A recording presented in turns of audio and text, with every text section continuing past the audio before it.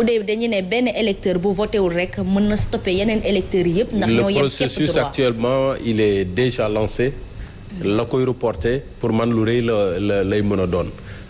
J'accepte bien cette complainte devant l'Union européenne.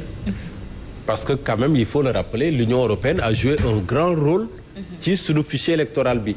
jamono dañ koy auditer jamono ji nga xam ne ñu ngi ko doon disons oui audit. L'Union européenne justement a contribué avec ses experts mais également financièrement.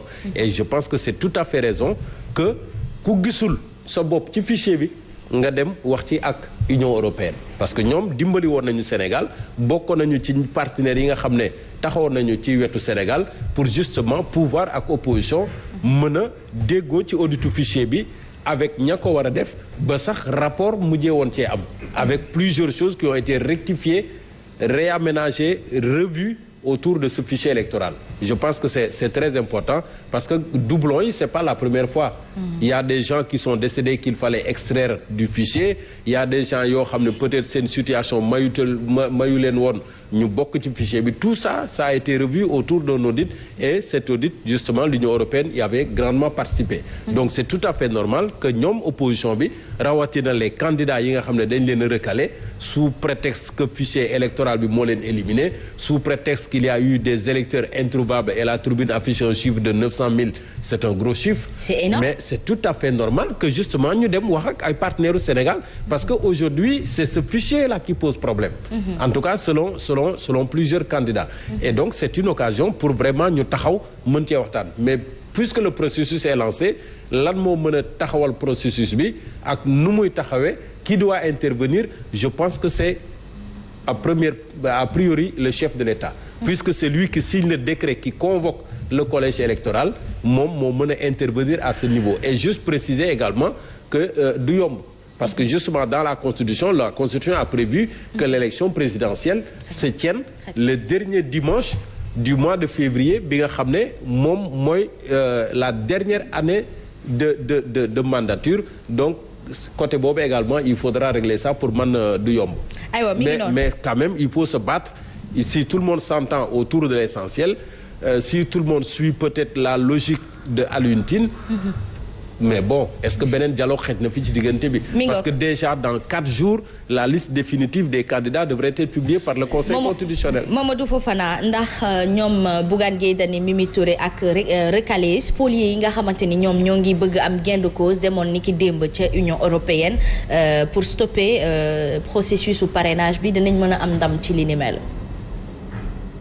waaw xam nga ñoom ci xeex nañu nekk ci boo nekkee ci xeex la nga cay séntu mooy nga am ci ndam nga obtenir ci gain de cause comme on dit et naturellement je dis sur le principe un citoyen qui se sent lésé am na droit pour nekkat moom jàpp na ne liñ ko def injustice la nañ ko rétablir dans ses droits et c'est tout à fait naturel ça sur le principe àdduna moom moo doxee noonu tey muy yow di man di keneen ak keneen justice dafay nekk pour bu ñu amee loo xam te ne nii kat jaaru du yoon wala du dëgg loo xam te ne nii teg nañu ko te nanguwuñ ko mais ñu dem fa mbaxane doone benn rawatina ci lii ñu tuddee jeu démocratique et man dama koy wax li ma gëm moom mooy dafa am ay yoo xamante nii da ci am solo muy lan aspect bu ñuy tuddee surtout inclusion mu di ne képp koo xam te ne kii am nga xemmemteef jiite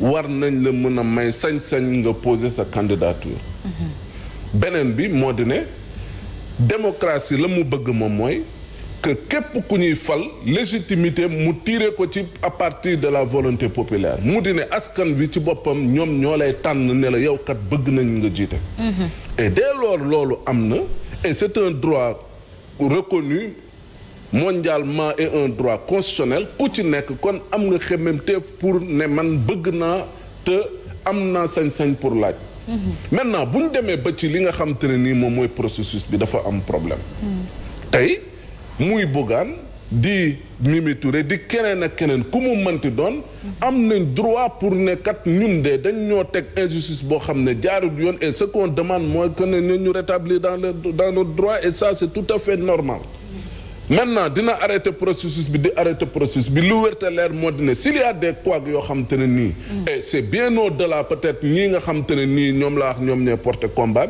bi ñeneen ñi nga xam ne c'est des recalés d'autres candidats nee nañ avec le fichier il y a véritablement des problèmes mais il faudrait revoir donc dans ce cas les choses mënuñu continuer ci ay difficultés wala ci ay impairs yoo xam te ne nii c'est pas une seule ou deux ou trois personnes qui l'ont soulevé c'est pratiquement beaucoup de candidats yoo xam ne soulevé nañ wax nañ ne fichier bi dafa am problème mais mënuñu continuer comme ça et d'autant plus que ñenn ñi nañ dañ leen a léser kon war nañ leen mën a delloo ci li nga xam te ne nii loolu nañ bëgg beneen bi et on a le temps beneen bi fa lay terminer mooy dem ci Union européenne Simon rappelé na ko fii ku nekk ci combat da ngay xool allié bi nga xam te ne nii teykat boo fa demee dina la mën a dimbale ci sa xeex pour nga mën ci am gain de cause et naturellement Union européenne xam nañ ko nekk na koo xam te ne kii ku am kàddu la ci Sénégal bokk ci partenaires yu gën a am doole yu gën a am solo Sénégal et mën a également influer ci li nga xam te ne nii moom mooy ci lu bëri loo xam te ne nii tey ñun ñu ngi ko nekk di ko dund au Sénégal. Très bien. Donc naturellement loolu lu war la loo xam te ne nii ku ci nekk am nga ci. Fabrice Nguema mënees nañ kon sukkandiku ci fi Mamadou Fofana daanele foofu lay yëkkatee ñoom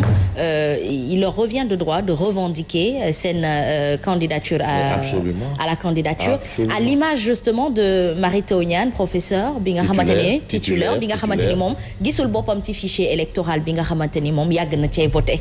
Mais non, mais c'est des actes quand même qui posent problème. Bon, des histoires comme le fichier électoral, des histoires comme le processus électoral, c'est vrai que zéro contestation à boule. Mais même Dieu est contesté par les athées. Voilà, zéro contestation à boule. Mais à ce niveau de contestation, il faut qu'on marque le pas.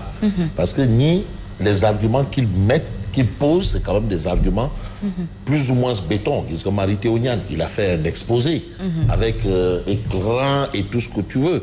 Il y a d'autres aussi qui sont venus qui ont dit mais attends, mais Abdourahmane Diouf, mais le problème c'est quoi? En réalité, bon, c'est pas le Conseil constitutionnel.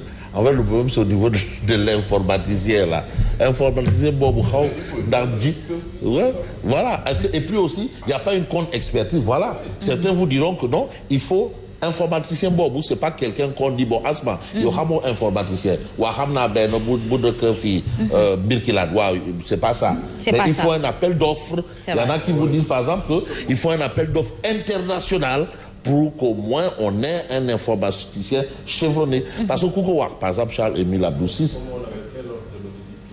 par exemple il faut ça parce que l'informaticien kenn xamu ko parce qu'il a commis des erreurs selon ceux qui étaient là-bas. Donc, l'ordre aussi, bon, d'accord. Est-ce que ces erreurs sont à la hauteur, à une dimension où il faudrait peut-être demander le report d'une élection ou bien d'arrêter le processus pour recommencer à zéro? Là, je ne sais pas, élection. Je laisse ça aux experts électoraux. C'est eux qui maîtrisent. Est-ce possible ou pas? Voilà. Voilà, c'est eux qui savent mais moi, je sais qu'il y a des gens, et quand Tribune se lève aujourd'hui pour nous dire qu'il y a 900 000 électeurs introuvables. Pourquoi ils sont introuvables? Ils sont où? Qui les a? S'ils sont introuvables, c'est qu'on les a enlevés. Mais qui les a enlevés? Au nom de quoi on les a enlevés? Ça suffit. Motif réel. Et quand vous allez un peu plus loin, j'ai vu. Ah, mais pour dire qu'on arrête, on revient, essayons de voir ce qui ne va pas. Oui. Tu as quelqu'un qui vous dit que non, man, demain, je suis arrivé. Parce qu'il y a un processus de contrôle par rapport à la fiche de parrainage. Tu arrives à la porte, on te dit, ok, c'est bon. Deuxième étape, c'est bon. Maintenant, quand tu prends une clé et que tu introduis, on te dit que non, nos colonnes vont disparaître. Colonnes vont disparaître. C'est des questions, quoi. Il y a des choses. Moi, je ne suis pas informaticien. Très bien. Je m'y connais, mais c'est des questions qu'on devrait se poser juste pour juste une virgule, et virgule, point de suspension, point final. Au-delà de ça, mais l'Union européenne, mais ça a toujours été le cas. C'est vrai, le Sénégal, c'est un État souverain. En fait, c'est la symbolique. C'est le symbole. Aller vers les représentations des institutions ou les représentations pour dire voilà la situation du Sénégal, c'est justement pour que ces gens remontent les informations au niveau supérieur, mais c'est un symbole. Mais le Sénégal est un État souverain et ce n'est pas un acte banal, mais tout compte fait, il y a quand même matière à débat. y a matière à débat. Simon Pierre Faye ndax conseil constitutionnel bi ñu nanguloo ni que moom processus bi appareil bi leen di permettre ñoom ñu def contrôle bu fekkee ni dafa am ay couac rek ñoom waroon nañ mën a taxaw moo gën ci biir opposition bi ñuy gis ne ñii dañuy frustré wu bëgg a tëggalaat li nga xamante ni moom moo di parrainage bi ak ñi jot a jàll. Oui, et je pense que peut-être période bii ñu jëm sax war na mën a tax ba ñu examiner sérieusement les recours. Il y a un journal qui l'a écrit. Le Conseil constitutionnel risque d'être inondé de recours. Parce que quand même ñi nga xam ne recalé nañ leen c'est au moins une quarantaine.